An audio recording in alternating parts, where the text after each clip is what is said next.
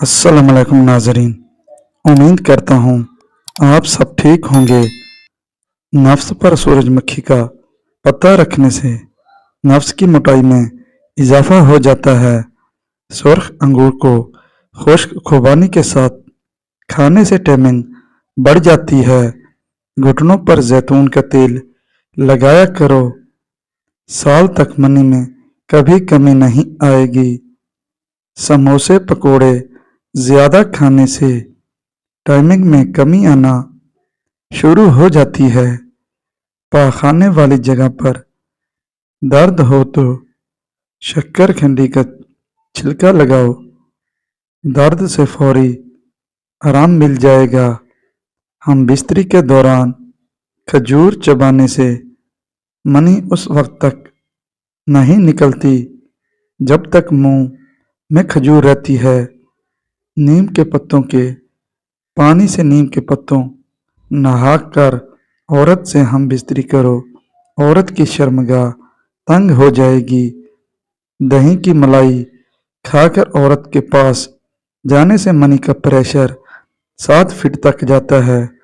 नफ्स को घोड़े जैसा करना चाहते हो तो औरत को झोली में बिठाकर जमा किया करो। हमला ऊंटनी के मुंह से निकलने वाली झाग को नफ्स पर लगाने से नफ्स 13 इंच लंबा और टाइमिंग 10 घंटे तक हो जाती है। खरबूजा खाकर औरत के हाथ मुबाशरत करने से मर्द 30 मिनट से पहले फारिग नहीं होता। खाली पेट औरत के साथ हम बिस्तरी करने से उम्र लंबी होती है। गोश्त जब भी खाओ जवान जानवर का खाओ, बूढ़े जानवर का गोश्त इस्तेमाल करने से मर्दाना ताकत में कमी आती है।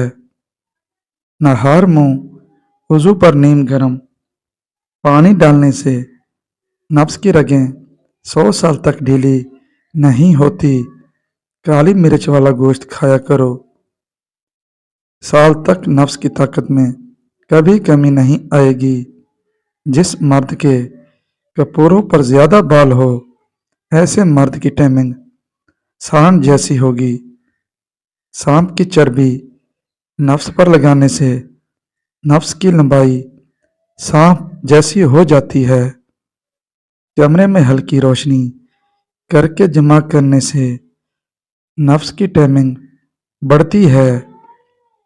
औरत के पास जाते हैं, कतरे निकल आते हो, काले अंगूर खा लो, कतरे आना बंद हो जाएंगे। जो औरत बैठ के पल सो रही हो तो समझ जाओ ऐसी औरत प्यार की भूखी है। जो औरत सुरमा लगा के सोए ऐसी औरत मगरूरी होती है। मनी पतली पानी की तरह निकलती है तो भैंस के दूध में लहसुन का टुकड़ा घोलकर पी लो, गाढ़ी मनी निकलेगी। नफ्स के ऊपर दाने निकल आए तो समझ जाओ नफ्स टेढ़ा होने वाला है। बच्चे अगर बिस्तर पर पेशाब कर देते हैं तो 1 चम्मच सफ़ेद तिल लेकर उसे भुनें और उसे 1 चाय का चम्मच लिए हुए गुड़ में डालकर लड्डू बनाएं और बच्चे को खिला दें। बच्चे को करवट से सुलाएं। जुकाम से नाक बंद हो गया है, अजवाइन को नाक के साथ लगाकर सूंघो, नाक फौरी खुल जाएगा।